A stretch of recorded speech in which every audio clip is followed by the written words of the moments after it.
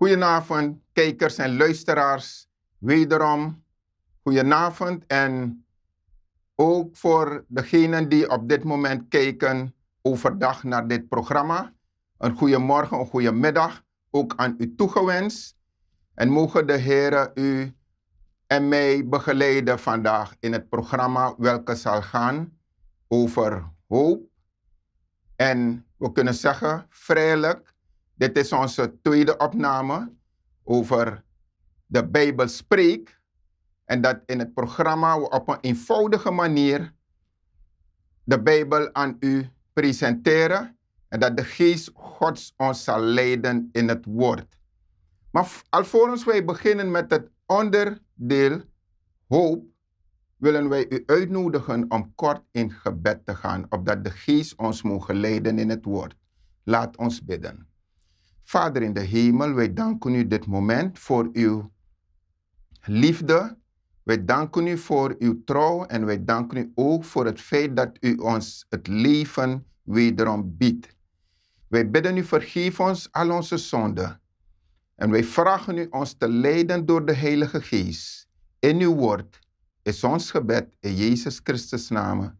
Amen. Zo, lieve mensen, wederom is het een voorrecht om aan u te presenteren het programma De Bijbel Spreekt. En het is heel belangrijk te weten dat wij te alle tijden, wanneer wij alvorens we in het woord gaan, dat wij kort in gebed gaan, opdat de Geest Gods ons mogen leiden in het woord. Want als wij gewoon in het woord zouden gaan, zou het soms moeilijk kunnen zijn om het te kunnen begrijpen. En daarom is de leiding van de Geest nodig om ons te begeleiden in het woord. We zullen vandaag het hebben over hoop. Wat is hoop? Hoop is een wens of een verwachting. En vanavond, op dit moment, wil de Geest ons begeleiden in het geestelijke wat betreft hoop. We gaan alvast naar onze eerste tekst voor deze avond. Onze eerste tekst is te vinden in het boek Hebreeën, hoofdstuk 11, vers 1. En het luidt als volgt. Het geloof nu is de zekerheid der dingen die men hoopt en het bewijs der dingen die men niet ziet. Ziet u, lieve mensen?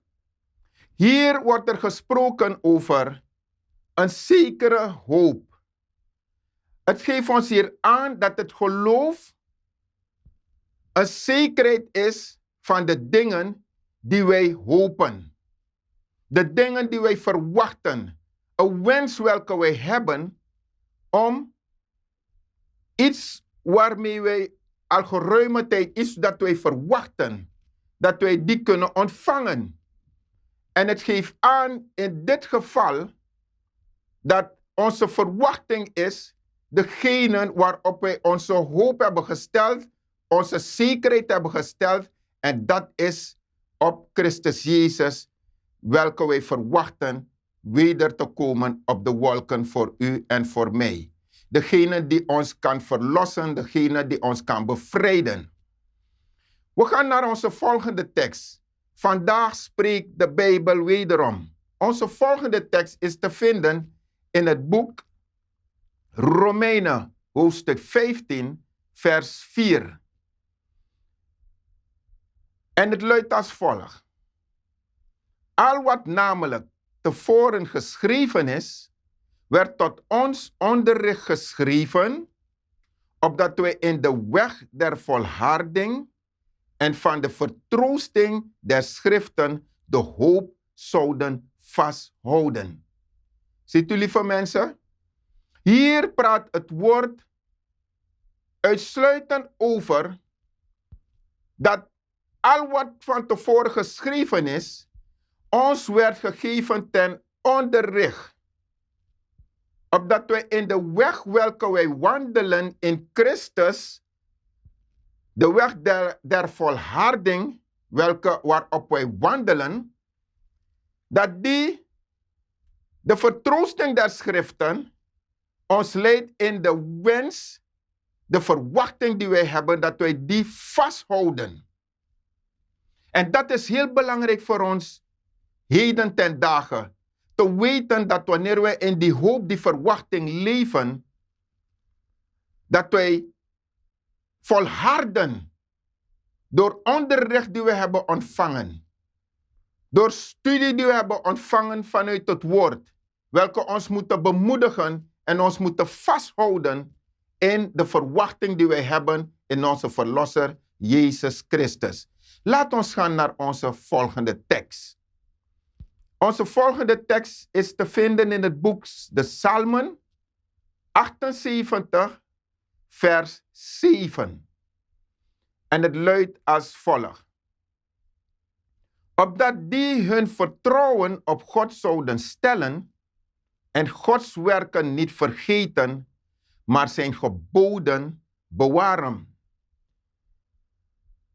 Hij geeft hier aan, de Geest Gods onderricht ons hierin, dat wij onze vertrouwen volledig moeten stellen op de Heere God.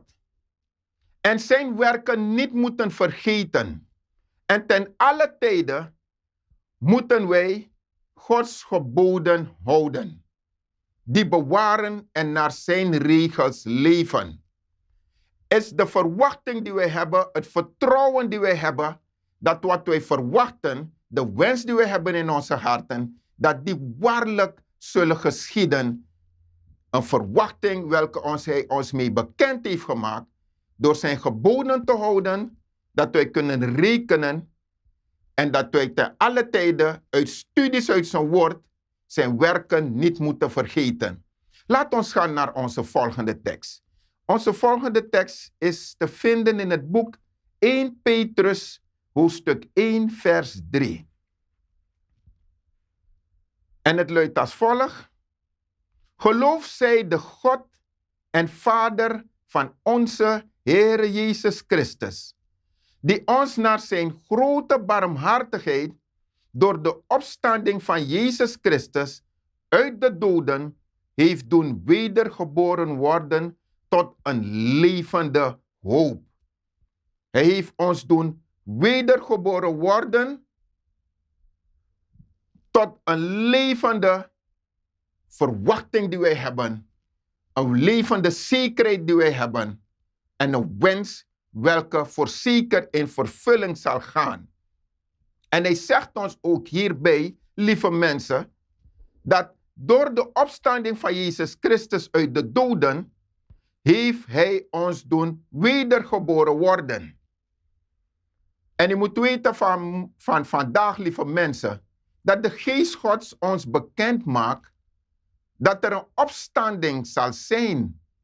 Een opstanding in de Heere Jezus Christus. Er zal een opstanding zijn en dat is de hoop waarop wij ons geloof hebben gebaseerd.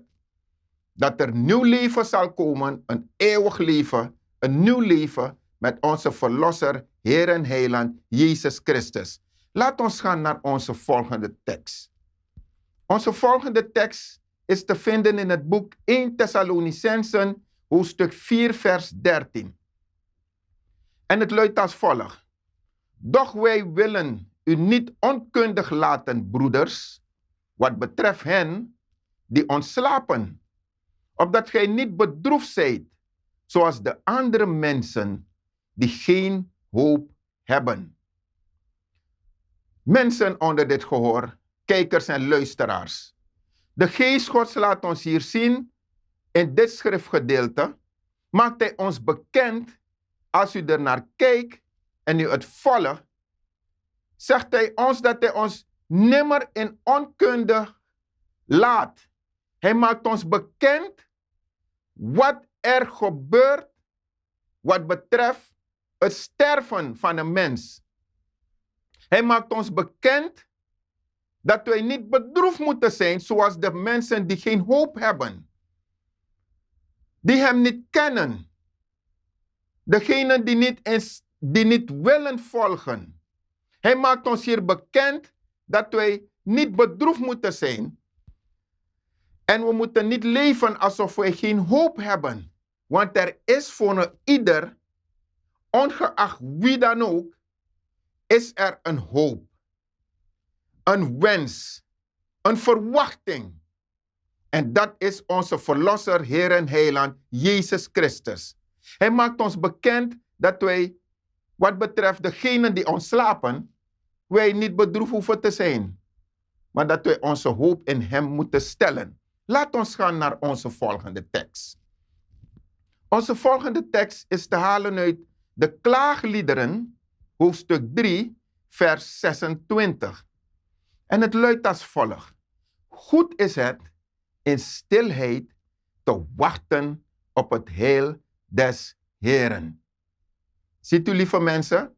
Het is goed om in alle stilte, in alle rust, te wachten op het heil des Heeren. De verwachting die wij hebben, opdat wij de zekerheid hebben dat onze hoop, een verwachting, dat het in vervulling zal gaan. Dat wij nimmer hoeven te twijfelen, want God, onze schepper, houdt zich altijd aan zijn belofte. Hij heeft ons dat beloofd en het zal ook geschieden. Laat ons gaan naar onze volgende tekst. Onze volgende tekst is te vinden in het boek 1 Johannes hoofdstuk 3, vers 3.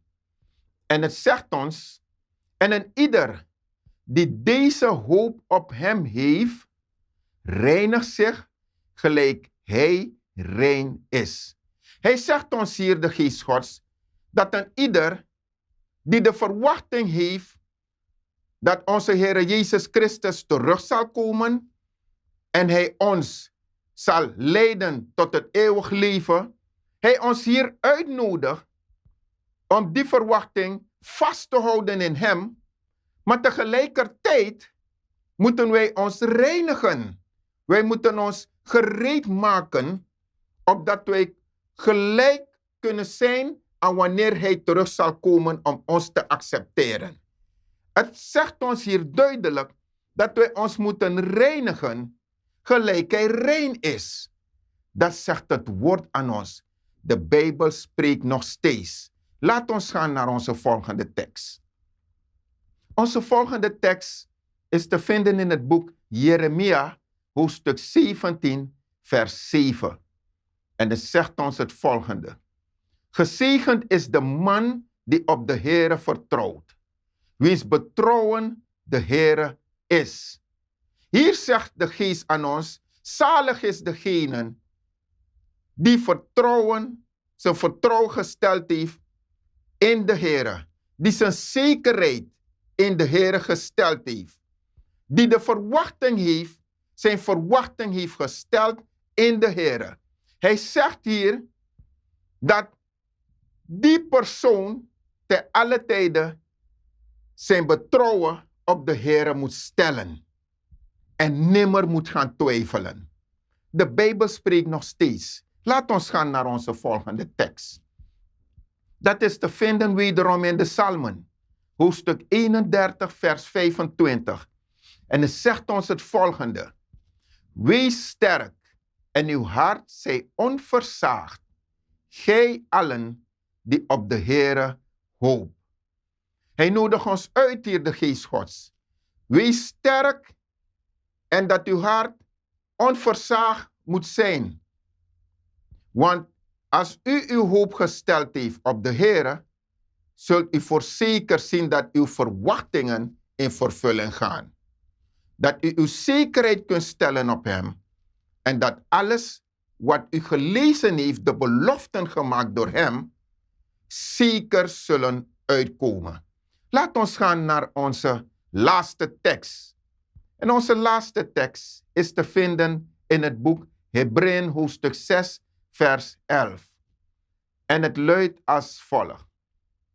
Maar het is onze begeerte dat ieder uwer dezelfde ijver blijven betonen, tot de verwezenlijking der hoop tot het einde toe. Hier zegt de Geest dat het zijn wens is, zijn begeerte, dat elk een van ons, wij ons beijveren in het houden, het verwezenlijken van de hoop, de verwachting tot het einde toe. Hij nodigt ons uit om ons te verpanden in de hoop die gesteld is opdat wij het einde mogen halen, onze eindbestemming mogen bereiken, namelijk in onze Verlosser, Heer en Heiland, Jezus Christus.